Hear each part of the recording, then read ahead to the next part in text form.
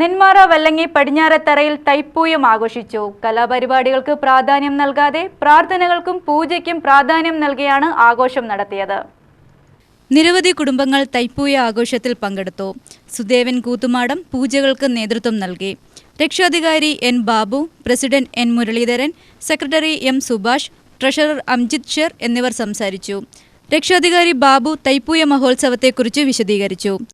വല്ലങ്ങി പടിഞ്ഞാറത്തറയിൽ 100 വർഷത്തിലേറെയായി നടന്നുവരുന്ന തൈപ്പൂയ മഹോത്സവത്തിൻ്റെ ഭാഗമായി പഞ്ചാമൃതം അഭിഷേക വിതരണമാണ് ഇപ്പോൾ നടക്കുന്നത്. ഇവിടെ പ്രാധാന്യം ഭക്തി നിർഭരമായി പൂജകൾക്കും പ്രസാദ വിതരണത്തിന് മാത്രമാണ്. കലാപരിപാടികളോ സാംസ്കാരിക പരിപാടികളോ അത് ഈ തൈപ്പൂയത്തിനോടനുബന്ധിച്ച് യാതൊരു പരിപാടികളോ ഒന്നും തന്നെയില്ല. ഞങ്ങൾ ഭക്തി നിർഭരമായ അന്തരീക്ഷത്തിൽ പൂജ കഴിച്ച് ഭക്തജനങ്ങൾക്ക് പ്രസാദ വിതരണമാണ് ചെയ്തുകൊണ്ടിരിക്കുന്നത്.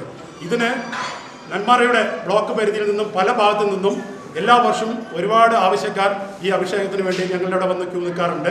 മാക്സിമം ഞങ്ങളുടെ കഴിവിൻ്റെ പരമാവധി ഞങ്ങളെല്ലാവർക്കും ഈ പഞ്ചാമൃതം ഞങ്ങൾ എല്ലാ വർഷവും വിതരണം ചെയ്യുന്നുണ്ട്. അതിന് എല്ലാ നല്ലവരായ നാട്ടുകാരോടും എല്ലായ്പ്പോഴും നന്ദിയും കടപ്പാടും അറിയിച്ചുകൊണ്ട് UTV ന്യൂസ് പാലക്കാട്.